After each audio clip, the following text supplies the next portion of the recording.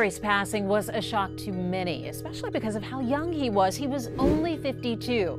Strokes have long been considered something the elderly should be on the lookout for, but recent studies show strokes are increasing in younger people. Doctors say that may be because risk factors for stroke are going up in that group, like high blood pressure and obesity.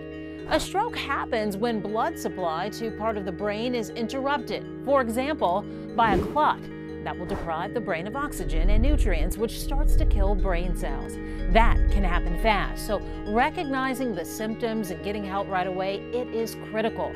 The most obvious symptoms include trouble speaking, like slurred speech, sudden numbness or paralysis in your face, arm, or leg, most often just on one side of your body.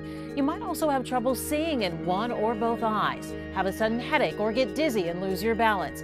If you or someone you're with experiences those symptoms, don't hesitate to call 911. The longer you wait, the bigger the risk for brain damage, permanent disability, or worse, death.